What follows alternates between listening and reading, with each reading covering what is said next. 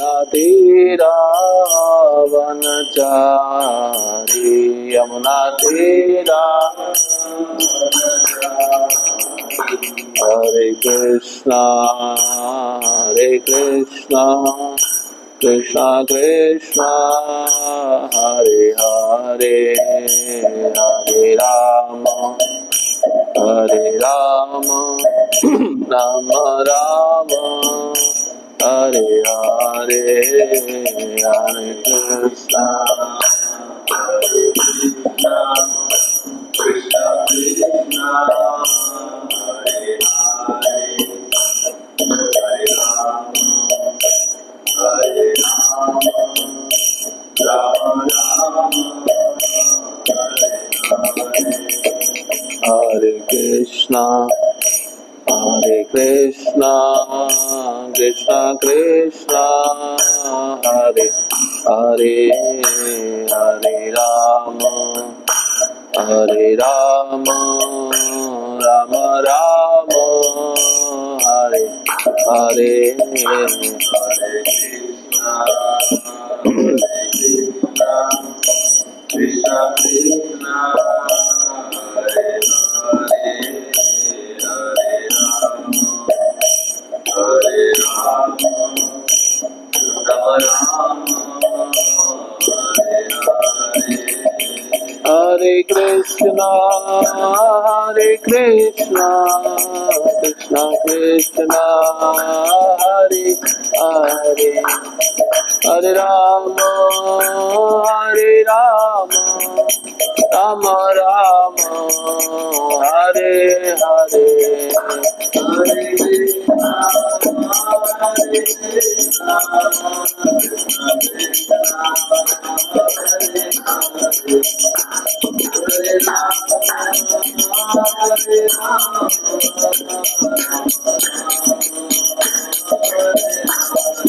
जय राधा श्याम सुंदर राधा श्याम सुंदर राधे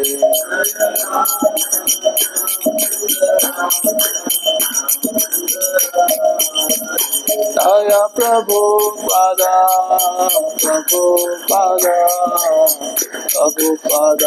दिल प्रभु पादा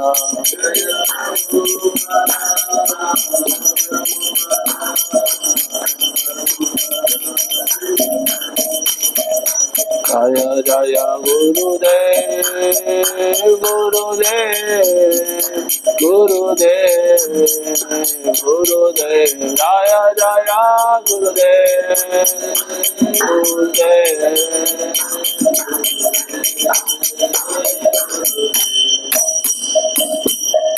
श्री राधा श्याम सुंदर जी की जय।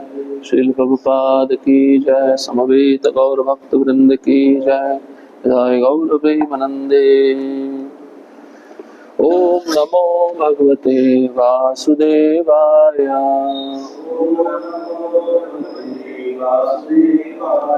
ओम नमो भगवते वासुदेवाय।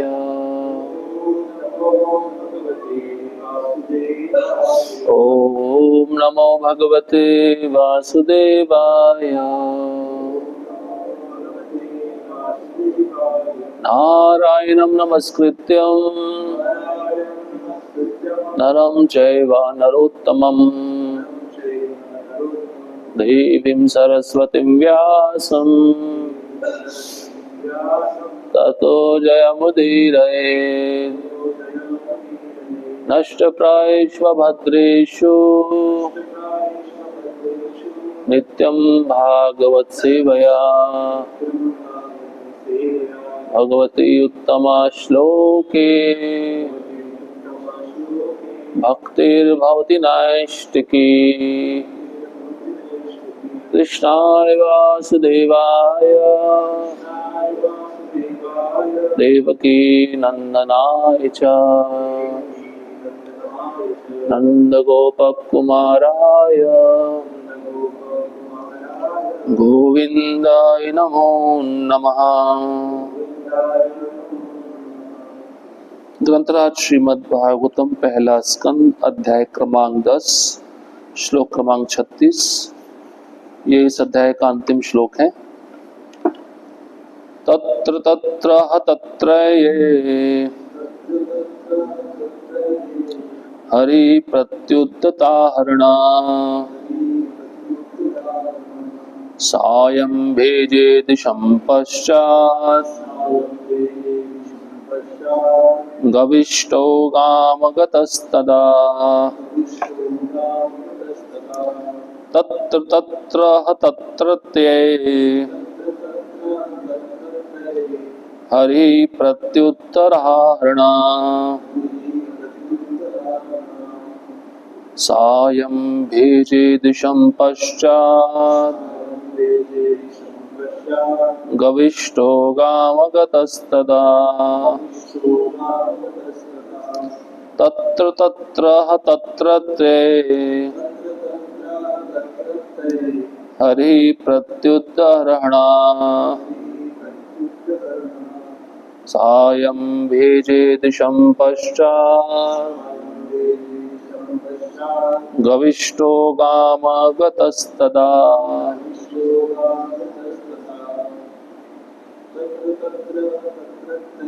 तत्र तत्र तत्रत्ये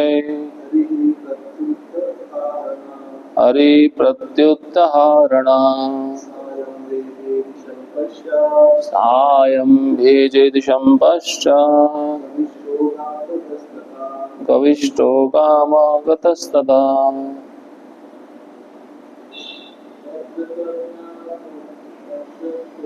तत्र तत्र तत्रत्ये हरि प्रत्युत्तराहरणा सायं भेजेदिशं पश्चात् गविष्टो गामगतस्तदा। शब्दार्थ तत्र तत्र विभिन्न स्थानों में, हाँ ऐसी घटना घटी, तत्रत्ये स्थानीय निवासियों द्वारा, हरि भगवान प्रत्युत्तराहरणा भेंटे तथा पूजा सम्मान अर्पित किया जाकर सायं शाम भेजे आने पर दिशम दिशा पश्चात पश्चिमी गविष्टः आकाश में सूर्य गाम समुद्र को गतः चला गया तदा उस समय। अनुवाद और तात्पर्य डिवाइन ग्रेस श्री भक्तिवेदांत स्वामी श्रील प्रभुपाद द्वारा। श्रील प्रभुपाद की जय। अनुवाद। इन प्रांतों से होकर यात्रा करते समय उनका स्वागत किया गया, पूजा की गई और उन्हें विविध भेंटें प्रदान की गई। संध्या समय सारे स्थानों में संध्याकालीन अनुष्ठान कृत्य करने के लिए भगवान अपनी यात्रा स्थगित करते। सूर्यास्त के बाद नियमित रूप से ऐसा किया जाता। तात्पर्य यहाँ यह बतलाया है कि जब भगवान यात्रा पर थे तो वे नियमित रूप से धार्मिक नियमों का पालन करते रहे। ऐसे कतिपय दार्शनिक अनुमान हैं कि भगवान भी सकाम कर्मों को करने के लिए बाध्य है, लेकिन वास्तव में बात ऐसी नहीं है। वे किसी अच्छे या बुरे कर्म पर आश्रित नहीं है। चूंकि भगवान परम पूर्ण है, अतः वे जो भी करते हैं वे सबों के कल्याण के लिए होता है। किंतु जब वे पृथ्वी पर अवतरित होते हैं तो वे भक्तों की रक्षा के लिए तथा अपवित्र अभक्तों के विनाश के लिए कर्म करते हैं। यद्यपि उनके लिए कुछ भी करना अनिवार्य नहीं, किंतु वे सब कुछ करते हैं जिससे अन्य लोग उनका अनुगमन कर सकें। वास्तविक उपदेश की विधि यही है। मनुष्य को चाहिए कि स्वयं उचित कर्म करे और अन्यों को भी यही शिक्षा दे, अन्यथा उसका अंधानुगमन कोई नहीं करेगा। वे स्वयं कर्म फलों के दाता हैं, वे आत्माराम हैं, फिर भी वे हमें शिक्षा देने के लिए शास्त्रों के अनुसार कर्म करते हैं। यदि वे ऐसा ना करें तो सामान्य लोग कुमार्ग पर चले जाएं। लेकिन आगे चलकर जब मनुष्य भगवान की दिव्य प्रकृति को समझ पाता है तो वह उनका अनुकरण नहीं करता, ये संभव नहीं है। मानव समाज में भगवान वही करते हैं जो सबका कर्तव्य होता है, लेकिन कभी कभी वे ऐसा महान कर्म करते हैं जो जीव द्वारा अनुकरणीय नहीं होता। यहाँ पर लिखे अनुसार उनके संध्या वंदन कार्य का पालन हर जीव को करना चाहिए, लेकिन उनके द्वारा गोवर्धन का उठाया जाना या गोपियों के साथ उनके रास का अनुकरण कर पाना संभव नहीं। कोई सूर्य का अनुकरण नहीं कर सकता क्योंकि वह गंदे स्थान के भी जल का शोषण कर लेता है। सर्वशक्तिमान ऐसा कुछ भी कर सकता है जो सबों के लिए कल्याणप्रद हो, लेकिन यदि हम उनका अनुकरण करने लगे तो हम अनंत कठिनाइयों में पड़ जाएंगे। अतएव सारे कर्मों में एक अनुभवी मार्गदर्शक की अर्थात गुरु की राय लेनी चाहिए, जो भगवत कृपा के प्रत्यक्ष रूप हैं। इस तरह निश्चित रूप से प्रगति हो सकेगी। इस प्रकार श्रीमद् भागवत के प्रथम स्कंद के अंतर्गत द्वारका के लिए भगवान कृष्ण का प्रस्थान नामक 10वें अध्याय के भक्ति विधान तात्पर्य पूर्ण हुए।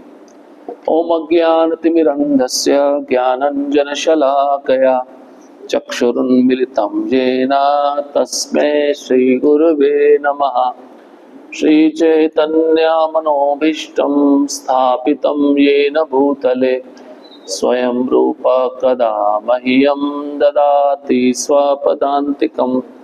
वन्देऽहं श्रीगुरोः श्रीयुतापदकमलं श्रीगुरुन् वैष्णवांश्च श्रीरूपं साग्रजातं सहगणा रघुनाथान्वितं तं सजीवं साद्वैतं सावधूतं परिजनसहितं कृष्ण चैतन्य देवं श्रीराधा कृष्ण पादान् सहगणा ललिता श्री विशाखान्वितांश्च।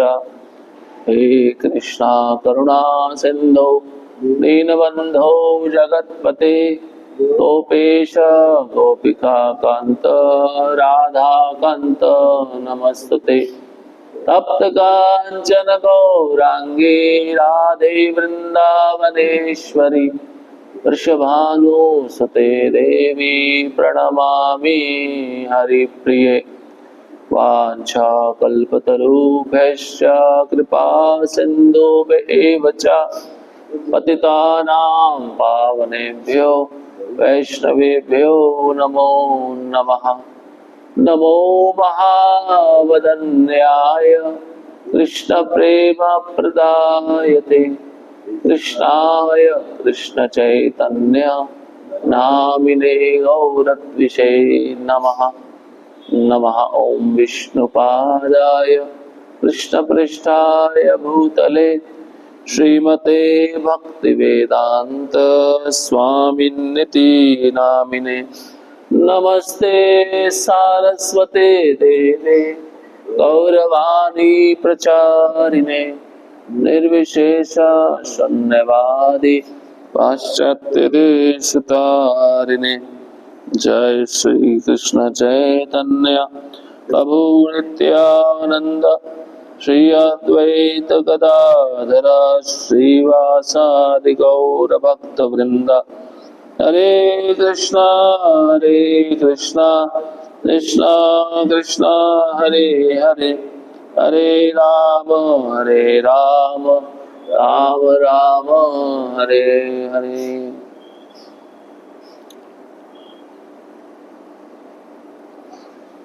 हरे कृष्णा।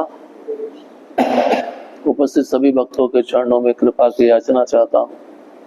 मुझे अनुमति दीजिए इस भागवतम के श्लोक पे कुछ कह सकूं, विशेषतः अपने शुद्धिकरण के लिए। आवाज आ रही है ठीक से, बिना माइक के चलता है? तो इसके पिछले 2 श्लोकों में हमने सुना भगवान कौन से मार्ग से जा रहे हैं द्वारका। यात्रा शुरू हुई हस्तिनापुर से और भगवान द्वारका पहुंचने वाले हैं।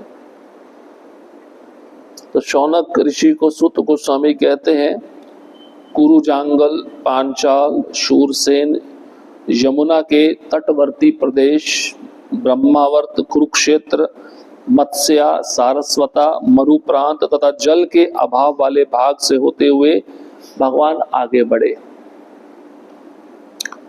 और इन सब प्रांतों को पार करने के बाद सौवीर तथा आभीर प्रांत भगवान पहुंच गए और अंत में इन सब के पश्चिम की ओर स्थित द्वारका भगवान पहुंचे।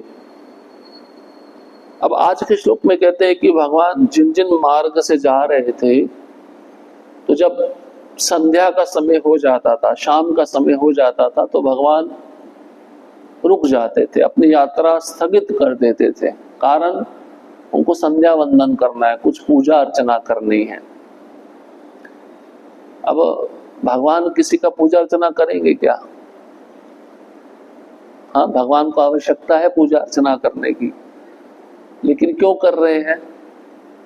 हमको सिखाने के लिए कर रहे हैं।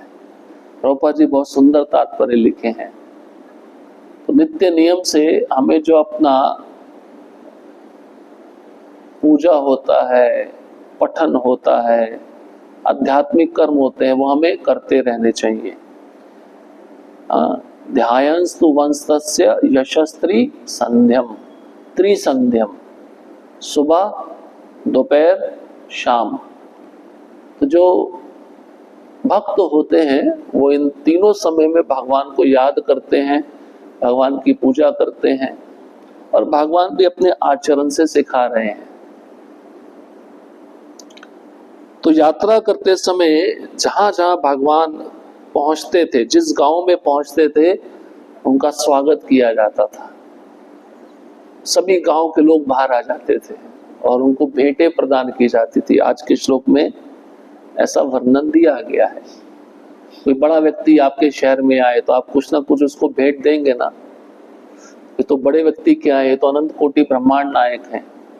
और कितने सौभाग्यशाली थे गांववासी, जिस मार्ग से भगवान द्वारका जा रहे थे। कैसे पता चल जाता था इन सबको कि भगवान इस मार्ग से जा रहे हैं, द्वारका पहुंचने वाले हैं? कुछ ना कुछ विशेष होगा ना। उस समय तो कोई ऐसा ब्रॉडकास्टिंग मिनिस्टर नहीं था, ब्रॉडकास्टिंग इंस्ट्रूमेंट नहीं थे कि एक जगह से दूसरी जगह खबर फैल जाए भगवान आने वाले हैं। लेकिन फिर भी हाँ, पता चल जाता था कि अब भगवान इस मार्ग से जाने वाले हैं। तो लोग विभिन्न प्रकार की भेंटें अपने घर से बाहर लेकर आते थे और भगवान को अर्पित करते थे। जैसे जगन्नाथ जी की रथ यात्रा में होता है ना, रथ यात्रा जिस मार्ग से जाती है तो उस मार्ग में कई श्रद्धालु भक्त होते हैं जो चाहते हैं हम जगन्नाथ जी को कुछ अर्पित करें या जगन्नाथ जी की आरती उतारें।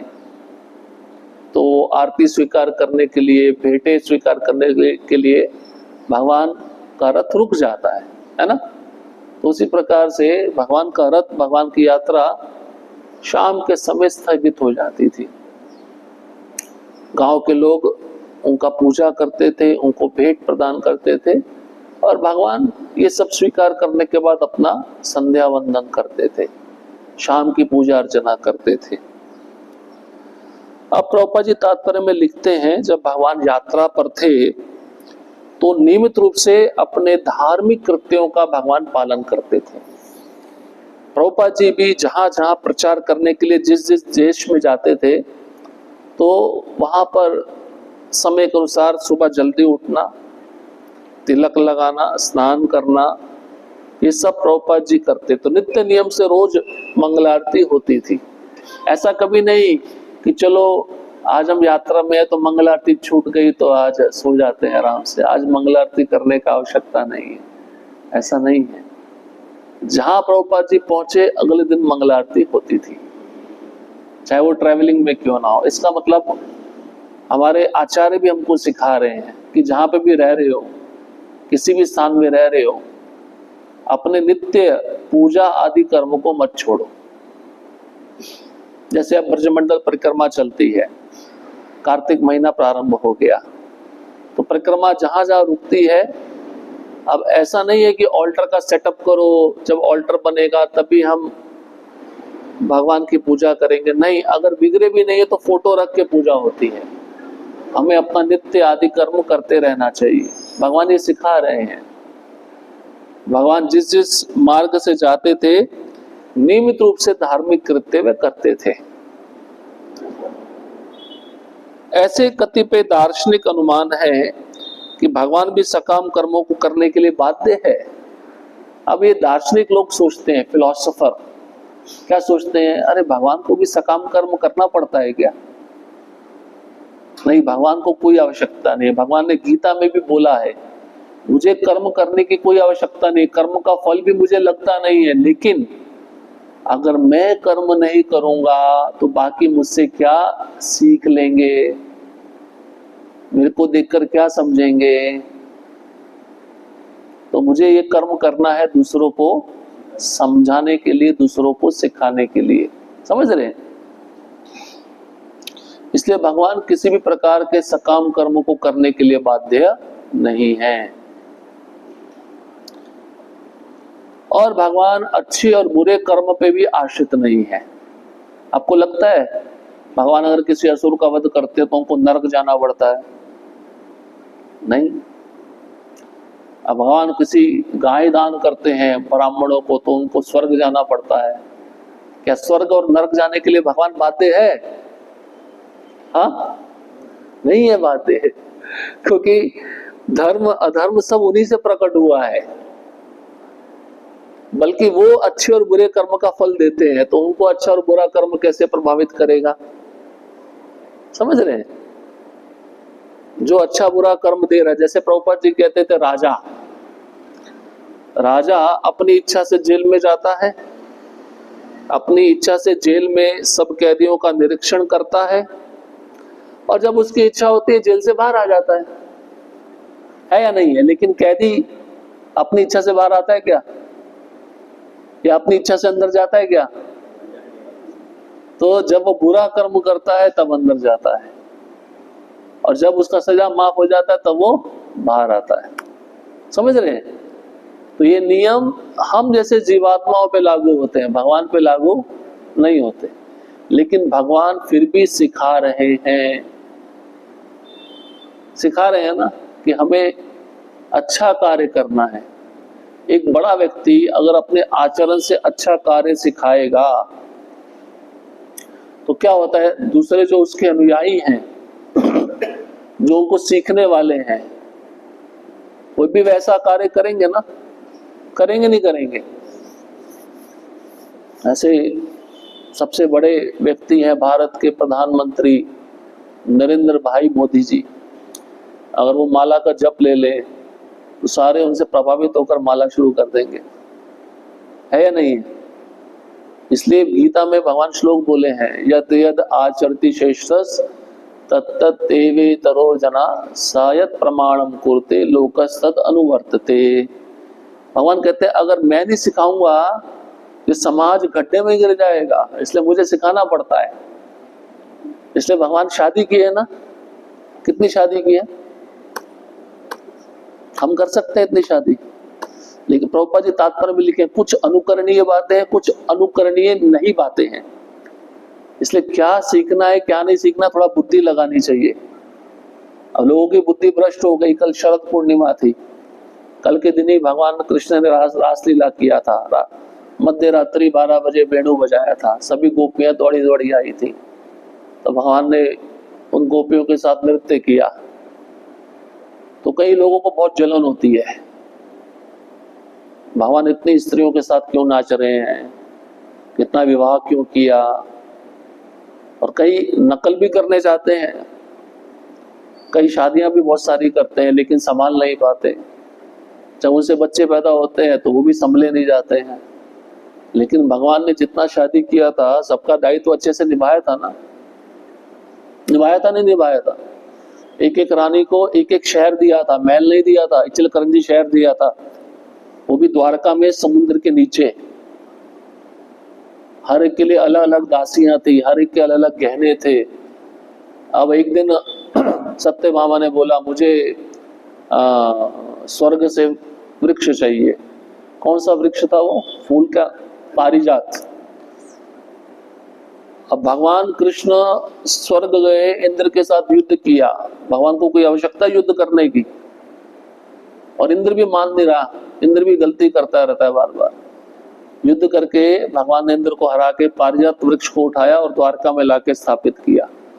तो अपनी पत्नी की इच्छा को पूरा किया, जैसे आज के लोग अपनी पत्नी की इच्छा पूरी करते हैं, है या नहीं है? अब पारिजात वृक्ष तो ला नहीं सकते आजकल के पति, और पत्नी बोलती एक साड़ी ला दो, बेचारे साड़ी ले आते हैं।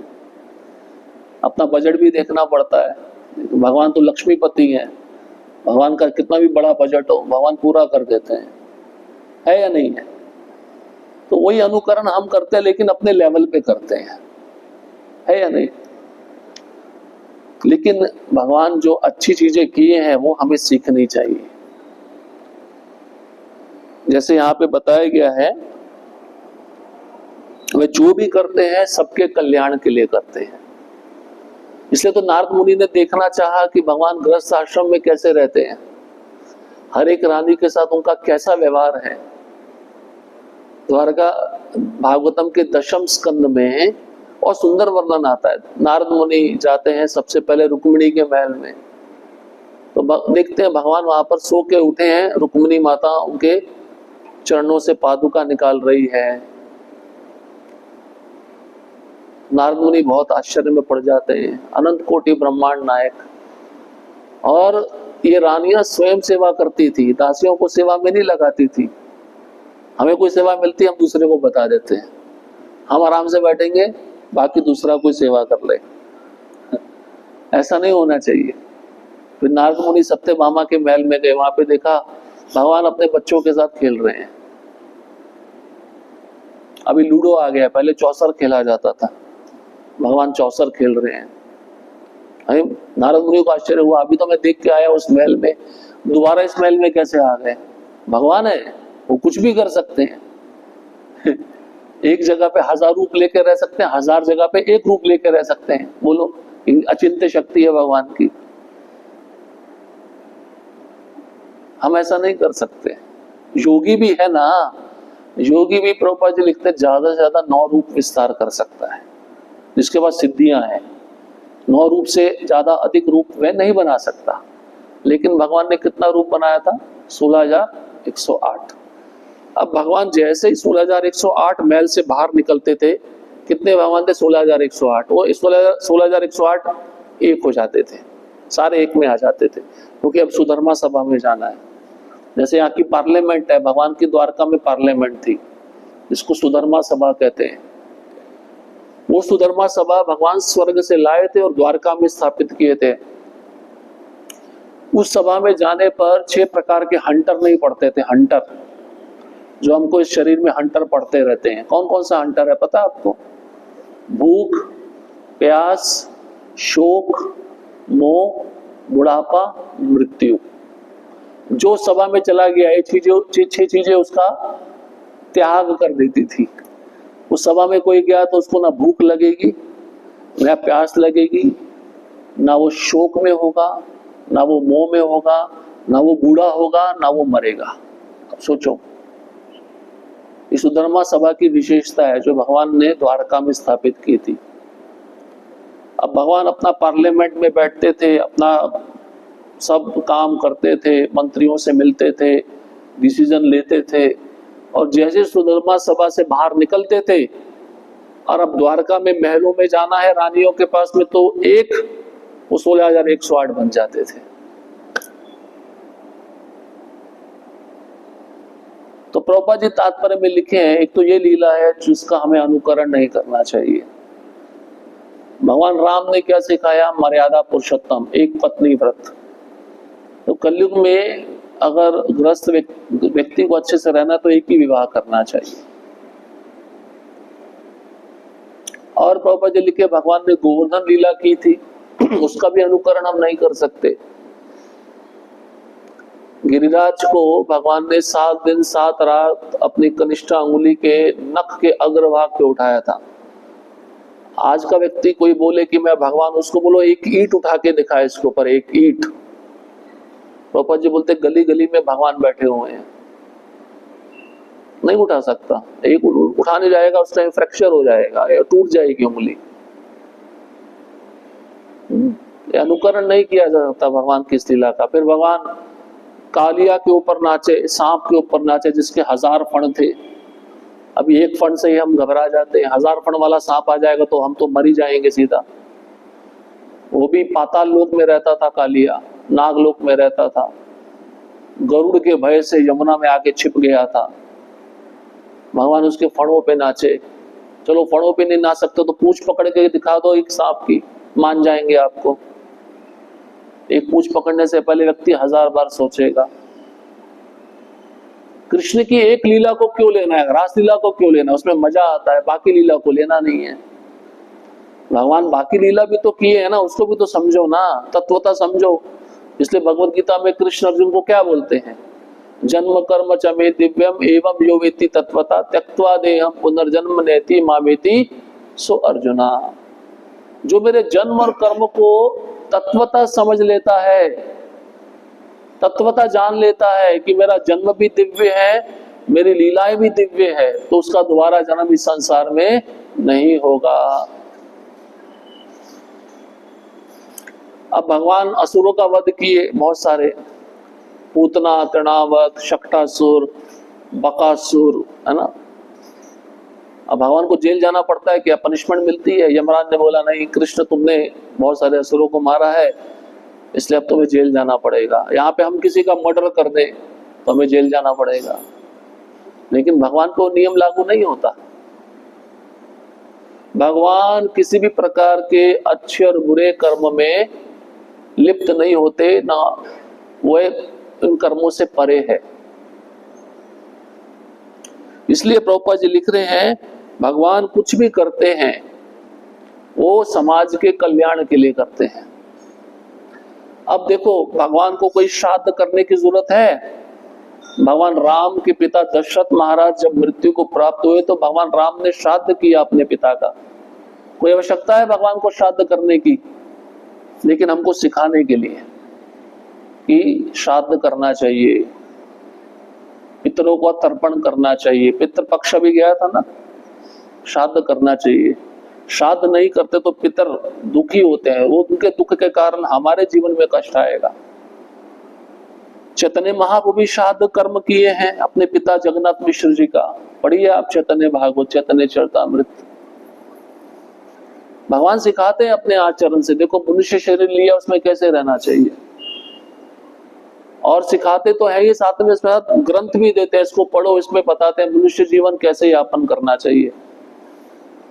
मनुष्य जीवन गधे की तरह भोगने के लिए नहीं मिला, कुत्ते की तरह रहने के लिए नहीं मिला है। इसमें कुछ विधि विधान है, नीति नियम है। जैसे अब कार्तिक महीना है, इसमें विधि विधान है, तपस्या वाला महीना है। जमीन पे सोना चाहिए, सुबह जल्दी उठना चाहिए, स्नान करना चाहिए, भगवान का दर्शन करना चाहिए, दीपदान करना चाहिए, गाय की सेवा करनी चाहिए, तुलसी महारानी की सेवा करनी चाहिए। ये सब कर्मों का इतना बड़ा लाख गुना प्रभाव है इस महीने में। ये बहुत विशेष महीना है जब कार्तिक महीना शुरू हुआ है, और इसी महीने में भगवान की सारी सुंदर लीलाएं हुई हैं। दामोदर लीला, यशोदा माता ने भगवान को बांधा, वो भी इसी महीने में हुआ। राधा कुंड, श्याम कुंड का प्राकट्य इसी महीने में हुआ। भगवान ने गिरिराज को उठाया, गोवर्धन लीला इसी महीने में हुई। और गोपाष्टमी, भगवान गाय को चराने के लिए प्रथम बार इसी महीने में गए।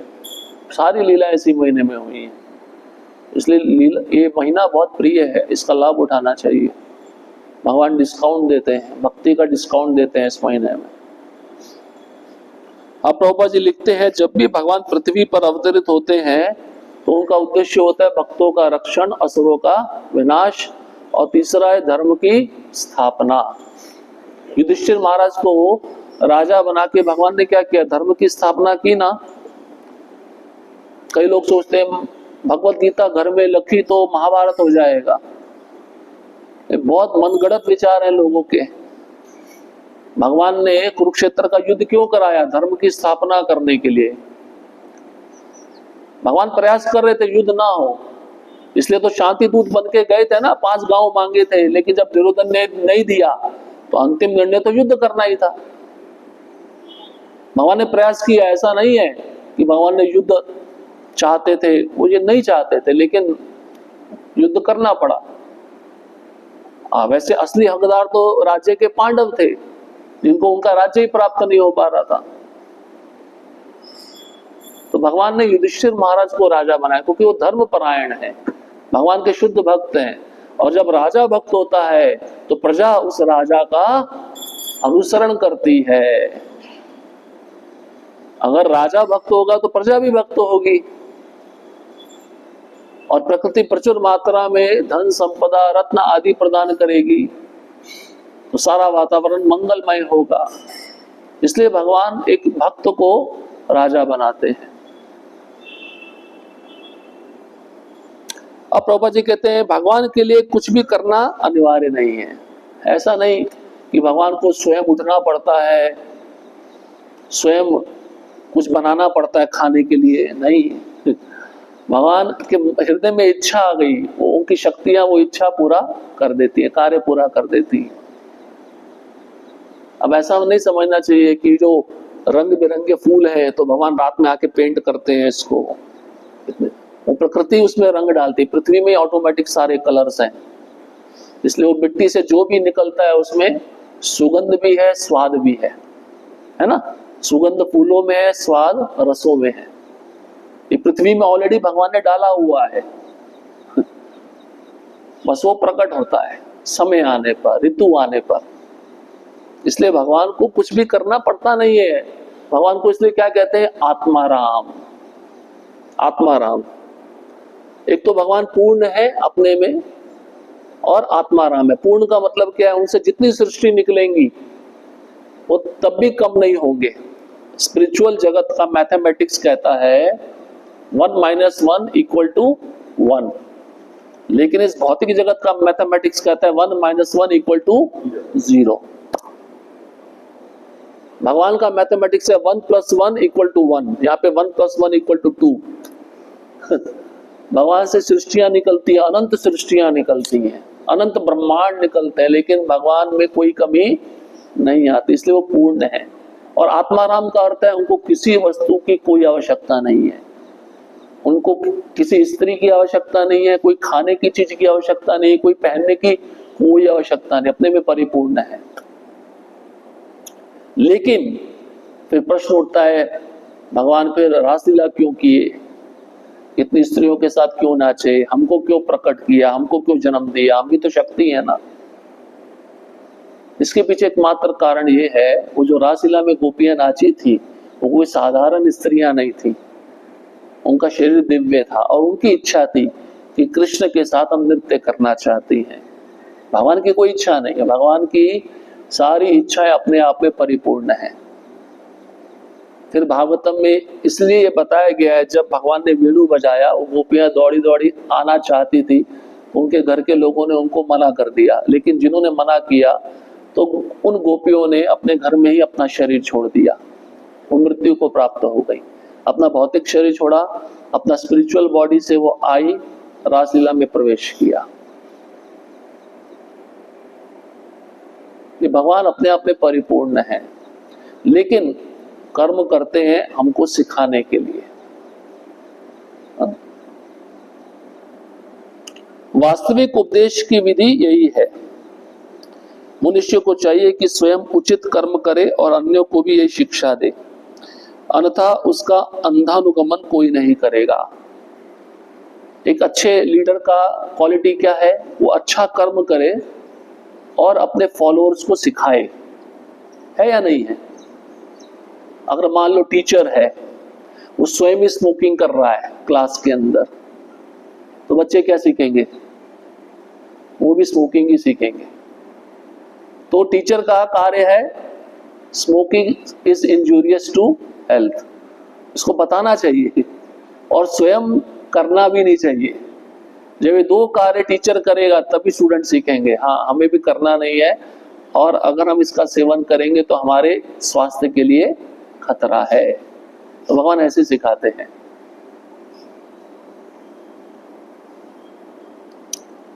और अगर भगवान ये सब नहीं सिखाएंगे, भगवान सोचेंगे मैं पड़ा रहता हूं शांति से, शांताकारम भुजंग शयनम, तो क्या होगा? प्रभुपाद जी लिख रहे हैं, लोग कुमार्ग पे चले जाएंगे, गलत काम करने लगेंगे।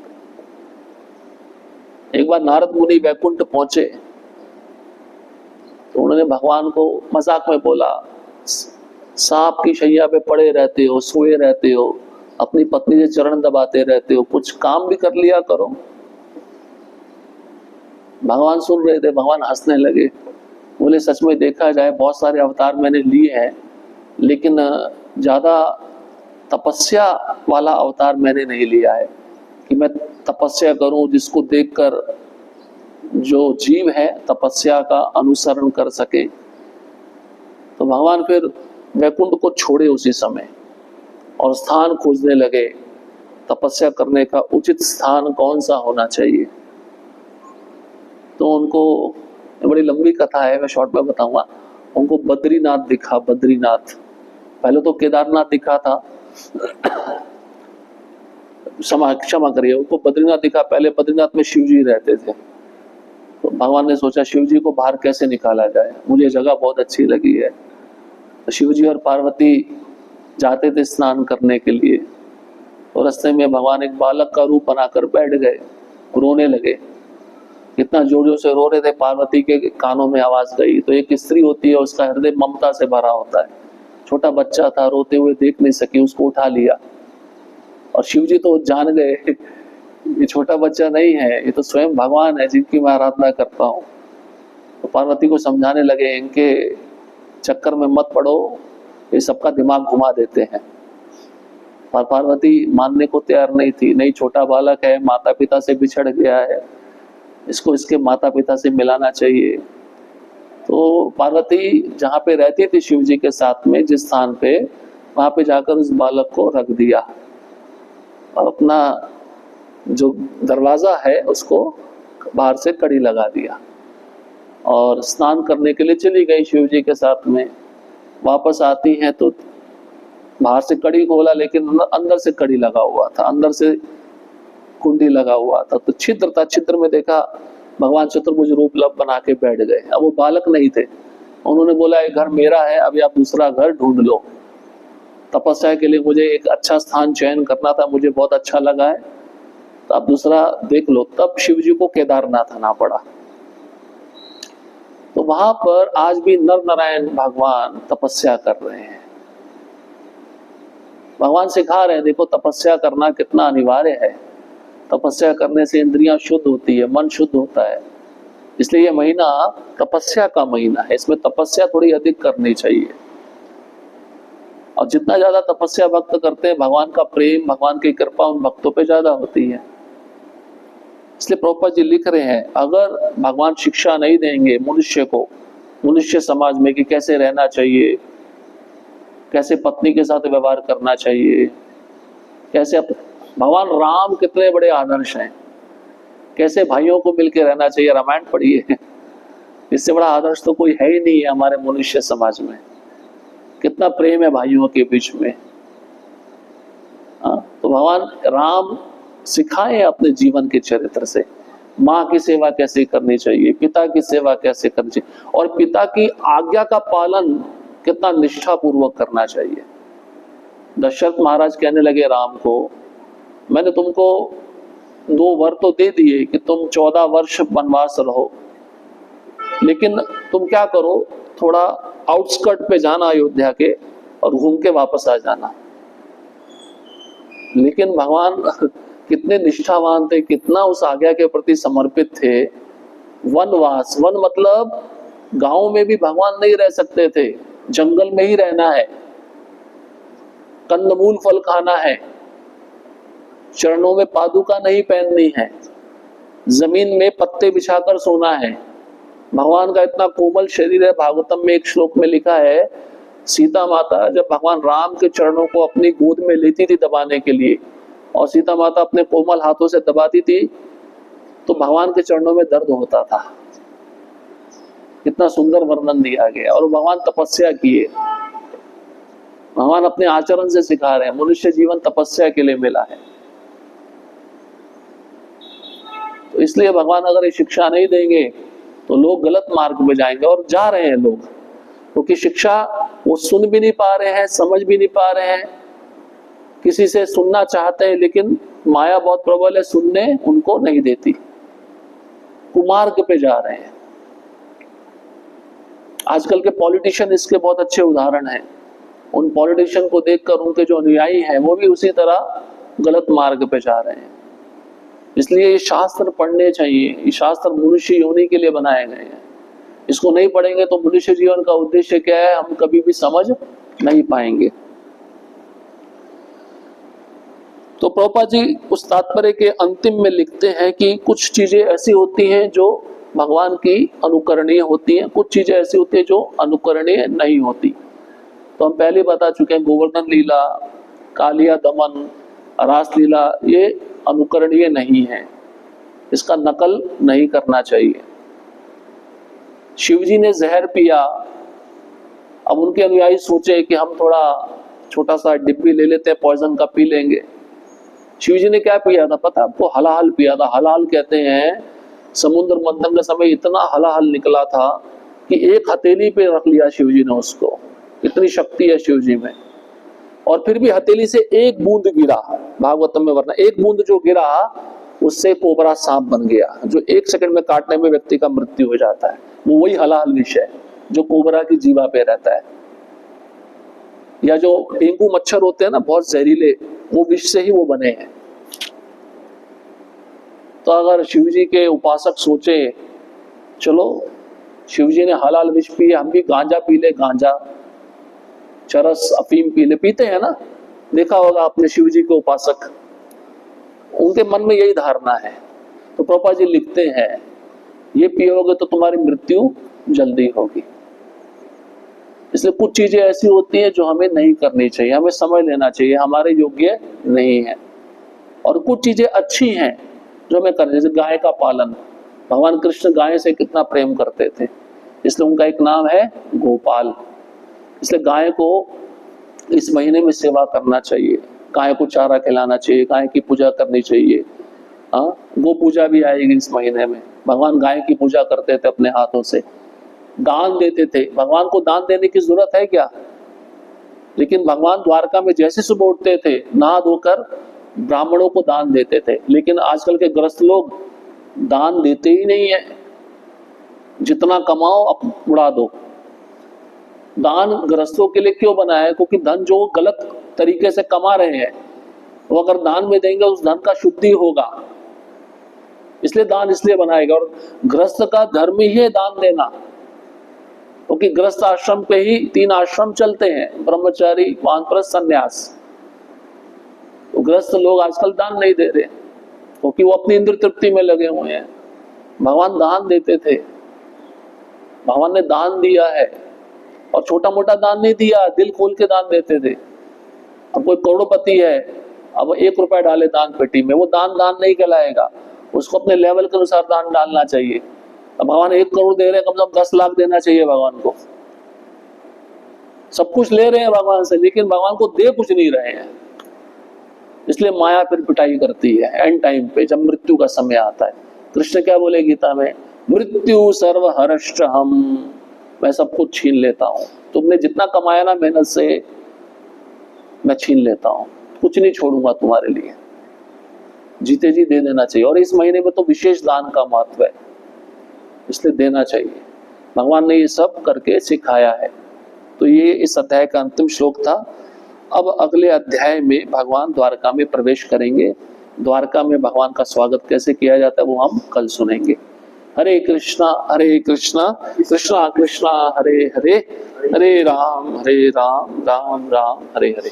किसी का कोई प्रश्न, कोई टीका टिप्पणी? हरे कृष्णा प्रभु। भगवान कुरुक्षेत्र क्यों चॉइस किया?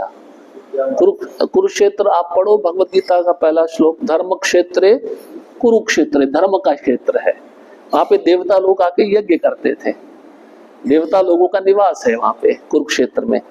कुरुक्षेत्र कहाँ पे आता है? हरियाणा में आता है ना।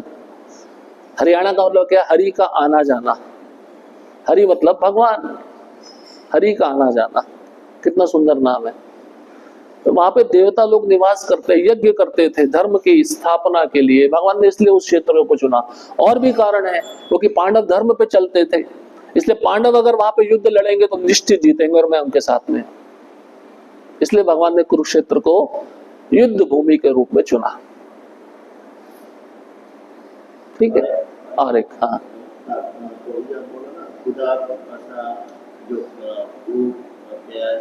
अच्छा हाँ, क्या है आपको अनुभव नहीं होता? क्या है? भूख लगता है ना शरीर में। हाँ, तो उस सुधर्मा सभा में जाओगे तो भूख नहीं लगेगा, क्योंकि भगवान सामने बैठे हैं ना। भगवान के सामने भूख लगता है क्या? कथा में भूख लगता नहीं, जब भगवान प्रत्यक्ष बैठेंगे तो कहाँ से भूख लगेगा? ये प्रॉब्लम है, हमारा शरीर जो बनाया है ना, ऐसे ही बनाया है। बेटा तुमको ये चीज याद आती रहेगी, इसलिए पीछे भागते रहो। वो शरीर में वो चीजें है ही नहीं। मतलब वो शरीर दिव्य हो जाता है। दिव्य मतलब सच्चिदानंद अनुभव नहीं कर सकते, क्योंकि ऐसा शरीर हमने देखा ही नहीं है। जिस शरीर में मृत्यु नहीं है, जिस शरीर में बुढ़ापा नहीं है, अब भूख प्यास नहीं है, तो बोले जियोगे कैसे? लेकिन है एक ऐसा शरीर जिसमें भूख प्यास नहीं लगती। व्यक्ति जी, अरे योगी बिना खाए पिए हिमालय में रहता है, मंत्र का जप करके 700-800 साल, वो खाता पीता नहीं, तब वो जीवित है। तो भगवान के धाम में कैसा शरीर होगा भाई? इसी से समझ लो। तो समझे कुछ बात को? हाँ, समझ गए? थोड़ा ट्रेलर भगवान दिखाते हैं इस जगत में। हमें लगता है नहीं, हम खाए बिना नहीं रह सकते, प्राण अन्न पे टिका हुआ है। ऐसा जरूरी नहीं है। योगियों का प्राण किस पे टिका है फिर? कुंभ मेला में जाओगे, ऐसे बड़े बड़े योगी बैठे हैं, 400 साल से जीवित हैं। वो बिना खाए पिए रहते हैं। शक्ति बहुत है अंदर, बोलो। दिख जाएंगे। और कहाँ से आते हैं, कहाँ को जाते हैं, किसी को कुछ पता नहीं। उनको कहाँ पे रहते हैं ये भी कुछ पता नहीं। ठंडी में रहते हैं, बर्फ के बीच में रहते हैं, -50 डिग्री टेम्परेचर में, शरीर पे कोई कपड़ा नहीं, तब भी जीवित है। बर्फ तो खाते नहीं होंगे जीने के लिए। आप सोचो। अब इससे आज मैं और क्या बताऊं आपको? ठीक है। हरे कृष्णा। श्रील प्रभुपाद की जय। श्री राधा श्याम सुंदर जी की जय।